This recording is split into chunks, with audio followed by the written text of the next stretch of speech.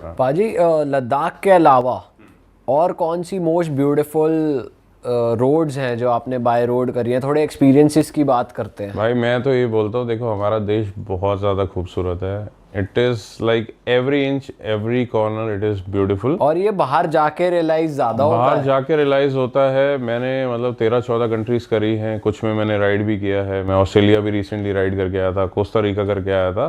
But देखो यहाँ पे मैंने नोट किया, देखो फॉरेनर्स आ रहे हैं, अलग अलग कंट्री से आ रहे हैं। इनफैक्ट मेरी एक पोलैंड में फ्रेंड है, उसने मुझे बोला कि मेरे को यहाँ पे लद्दाख करना है और नेपाल जाना है, तो I want to do Mustang. तो थिंग इज़ कि हमारे ही सराउंडिंग्स में बहुत ब्यूटीफुल ब्यूटीफुल जगह है। जैसे भूटान भी अपनी जगह में बहुत खूबसूरत है। अगर किसी ने नहीं किया they can also opt for by road. अब बात आ जाती है लद्दाख के अलावा स्पीति बहुत फेमस है, सर्किट आप करोगे बहुत खूबसूरत है। टू मी ऑल्सो उमलिंगला वाला जो रूट है, हानले वाला रूट है, बहुत ज़्यादा खूबसूरत है, लद्दाख से निकलता है। To me Nubra valley Pangong is also so damn beautiful. मैंने शायद 10 बार कर लिया होगा, उसके बाद भी मेरा हर साल दिल करता है। और इनफैक्ट ये पॉडकास्ट के बाद भी शायद आप मेरी स्टोरीज में लद्दाख देखोगे, because I am planning to go. तो वो खुद बुलाता है आपको। जो वहाँ का लैंडस्केप है इट इज़ अनमैच्ड, आपको ऐसा नहीं मिलेगा। तो यहाँ पे ये आपको अट्रैक्ट करता है। एक बार आपको वो कनेक्ट बन गया ना उन पहाड़ों के साथ में, वो आपको बुलाएंगे। भाई ये हमने सुना है यार ट्रैवलर से कि मैं ये आपको कहते हुए कि पहाड़ बुलाते हैं। एक बड़ी खतरनाक स्टोरी है। मेरे साथ में एक बार हुआ था कि भाई हमारे थोड़ी से जो इंतजाम थे पूरे नहीं थे, एक्सट्रीम वेदर हो गया। कहते हैं ना, देखो रोड वही है, रास्ता वही है, वेदर क्लाइमेट टाइम अगर बदल गया तो आपका एक्सपीरियंस टोटली हॉरेबल हो सकता है। अगर वो प्लेजेंट रहा तो आप कहोगे यार वाह, मेरे तो दोस्त ने बताया था तो बहुत डिफिकल्ट टेरेन है, यहाँ तो कुछ है ही नहीं, यहाँ तो कोई लैंडस्लाइड नहीं है, यहाँ तो पानी नहीं है। डिपेंड्स आप किस टाइम पे जा रहे हो, बहुत इंपॉर्टेंट है। सेम रूट वर्स भी हो सकता है और ब्यूटीफुल भी हो सकता है। तो मेरे साथ में एक बहुत ट्रैवल करते हैं तो ऐसा होता है। गुरु डोंगमार लेक गए थे, ठीक है, वहाँ पे एक तो मेरा ऑक्सीजन कम हो गया, एएमएस हिट कर गया।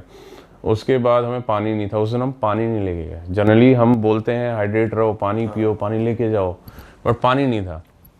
भाई वहाँ से हम भागे, आंखों के आगे ब्लाइंडनेस हो रही है, वो जो कलर एकदम से अंधेरा छा रहा है, ठीक है। हमने ढूंढे, एक फौजी भाई थे, उनके पास वो मेटल की बोतल होती है, मिल्टन की या आई गेस बड़ी वाली बोतल होती है। तो उन्होंने थोड़ा सा हमें पानी पिलाया। उन्होंने बोला यहाँ आर्मी कैंटीन है, आप आगे चले जाओ। कर करा के हमने वो ट्रिप खत्म किया, क्योंकि ऐसे ही बहुत सारे इंसिडेंट्स हुए। तो मैंने ना ऐसे पहाड़ों को ऐसे मत्था टेक दिया, मैं कहा यार बस अब नहीं आऊँगा मैं, ठीक है। और ये कहने की बात ही 6 महीने बाद फिर यहाँ बैठ के दिल किया यार चलो पहाड़ों में चलो। तो पहाड़ बुलाते हैं भाई, जहाँ आपका कनेक्ट बन गया you will go again again and again. And it is with me as well. मैं हर साल लद्दाख करता हूँ। लोग बोलते हैं बेवकूफ़ है, इतने में तो फॉरेन ट्रिप हो जाता है, 60,000 70,000 80,000 7 दिन में लगा के आते हो आप। थाईलैंड इधर उधर कहीं भी बना गया, वियतनाम घूम के आ जाओ। बट नहीं, सेम जगह ही क्यों जाना है? मैं बोलता हूँ मेरे पास जवाब नहीं है, मेरा दिल करता है, मेरे को बुलाता है, मेरे को जाना है। पाजी इंटरनेशनल एक्सपीरियंसेस की बात करें, आपने वहाँ पे राइड करी है, तो रूल्स कैसे रहते हैं और ट्रैफिक रूल्स और परमिट्स और इन सब का क्या सीन रहता है? नहीं देखो, रूल्स तो ऑब्वियसली बहुत डिफरेंट हैं। अब ऑस्ट्रेलिया में अच्छी बात ये थी कि राइट एंड ड्राइव है, जस्ट लाइक इंडिया। आपका किलोमीटर में ही वहाँ पे स्पीड भी पता था। अब जो कंट्रीज़ में माइल्स में होगा आपको ऑब्वियसली वहाँ थोड़ा कंफ्यूजिंग होगा। दूसरी चीज़ हो गई कि जब मैंने कोस्टा रिका राइड की थी, it was with a group only.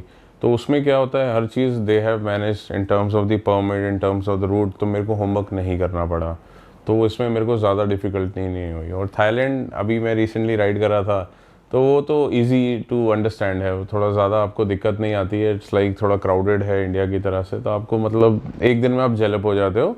Virus जैसे कोस्टा रिका का मैं आपको बता रहा हूँ, तो वहाँ पे क्या, एक बंदा आगे चलेगा एक पीछे चलेगा। यहाँ भी जो ऑर्गेनाइज ग्रुप्स हैं ऐसे ही चलते हैं कि one will be a leader, one will be a sweeper who will be at the back. वो देखेगा कि ग्रुप में से कोई पीछे तो नहीं छूट गया फॉर एनी रीज़न, और they can communicate easily through walkie talkies and all. तो बड़ा सिस्टमेटिक वे था, अच्छे डिसिप्लिन में चल रहे थे। अलग अलग जगह हम लोग घूम के आए। बट इंडिया में क्यों हमें अच्छा लगता है, देखो यार हमारा देश है और यहाँ ना हम लोग बहुत कॉन्फिडेंट हैं कि हमें पता है हमारी मदर टंग है, हम कम्युनिकेट भी अच्छा कर रहे हैं, अपने मनपसंद की चीज़ खा भी रहे हैं। रूल रेगुलेशन का भी हमें बचपन से पता ही है, मैक्सिमम रूल्स हमें पता ही होते हैं। So we are more confident while riding here कि अगर कुछ गलती हुई, कोई सीन हुआ तो हम समझा लेंगे। बाहर आपको मे बी इस चीज़ की डिफिकल्टी है, मान लो आपको छोटा सा एक्सीडेंट होता है, health care is expensive, then it is unreachable, whom to contact is unreachable. तो आपको वो कॉन्फिडेंस तो नहीं आता। But any day infra is better, any day. Infra की बात करें, इंफ्रा अच्छा है, ब्यूटी तो यहीं है। जैसे मैंने बताया, लैंडस्केप्स यहाँ के बहुत अच्छे हैं, but you go there you see different kind of good roads, highway, open highways. वहाँ के राइडर्स और यहाँ के राइडर्स की मेंटालिटी में क्या फ़र्क लगा आपको? कुछ लगा डिफरेंस लोगों में? देखो ज़्यादा इंटरेक्शन नहीं हुआ मेरा लाइफ में, मतलब अलग अलग राइडर्स से, बट ये ज़रूर है कि सभी दीवाने हैं बाइकों में, चाहे वो लोडिंग हो, बाइक को अपने हिसाब से कस्टमाइज़ करना। क्योंकि मैं ऑस्ट्रेलिया भी गया था, वहाँ पे भी एक स्पॉट था, वहाँ पे एक कैफ़े था जिसका नाम था पाई इन द स्काई। ठीक है, स्पेशली गया मैं नेपाली भाइयों के साथ, मैं वहाँ गया, मेरे को इंडियन कम्युनिटी भी मिली, नेपाली भी मिले, तो उनके साथ में उन्होंने मेरे को, एक बंदे ने राइड भी ऑफ़र कर दी। मेरा पूरा ब्लॉग है इसके ऊपर में, मैंने बनाया था। बंदे ने मुझे बाइक दी, मैं उसकी बाइक चला रहा हूँ, वैसा बैठा है। हम लोग इस स्पॉट पे गए, फेमस स्पॉट पे, वहाँ भी पुलिस वालों का डर उनको भी है, पुलिस सायरन बजाते हुए आ जाती है, लोग वहाँ भी जहाँ देखते हैं विंडो है थोड़ा नी डाउन करना है। सो बाइकर है भाई, हमें एक्सप्रेस भी करना है ना राइड में ना, तो ये तो वर्ल्ड वाइड है। प्लस मैंने वहाँ पे फिर बाइक्स देखे, सब ने जैसे रेसिंग नंबर्स होते हैं अलग अलग, मेरा 69 है, और अब यहाँ देखोगे ये भी 69 है ना, बाइक्स के ऊपर भी 69 है। तो ऐसे ही सबके हैं, जैसे मेरा दोस्त है 46 है उसका, VROC का, तो वहाँ भी मैंने देखा बाइकों में लोगों ने स्टिकर लगा रखे हैं, अपनी इंस्टा आईडीज लगा ये रखी है। रेसिंग बिकॉज नंबर क्यों होता है बाइक? जनरली ऐसे आपने रेस देखी है, मोटो जीपी वगैरह होते हैं, उसमें हर टीम का एक नंबर होता है ना। अभी इंडिया में भी ट्रेंड है जिसका जो फेवरेट हो, जैसे मैं तो बदनाम हूँ 69 को लेके, मतलब मेरी सारी बाइक 69 नंबर है। अब बहुत लोग बोलते हैं भाई ट्रेंड आपने क्यों शुरू कर दिया, मतलब मैं बोलता हूँ बहुत ईजी है नंबर लेना आज की डेट में, क्योंकि आप सिर्फ 2500 रुपये कटवाते हो दिल्ली में, अच्छा, आपको नंबर मिल जाता है। जनरली आप अगर एक 6 डाल दो फैंसी नंबर 0001 या सम फैंसी नंबर, आप कितनी बाइकें लोगे? जैसे मैं हर साल में 2-3 लेता हूँ, कितना इस चीज़ पे वेस्ट करोगे? तो अगर फैंसी भी देखना है, स्टैंड आउट भी करना है, बजट में भी आ रहा है, तो नुकसान क्या सही बात है ना? अब दीपिका वाला जो रणवीर है उसकी भी तो गाड़ी का नंबर 69 है, और उसे उसके उसमें भी 69 इट्स गुड ना।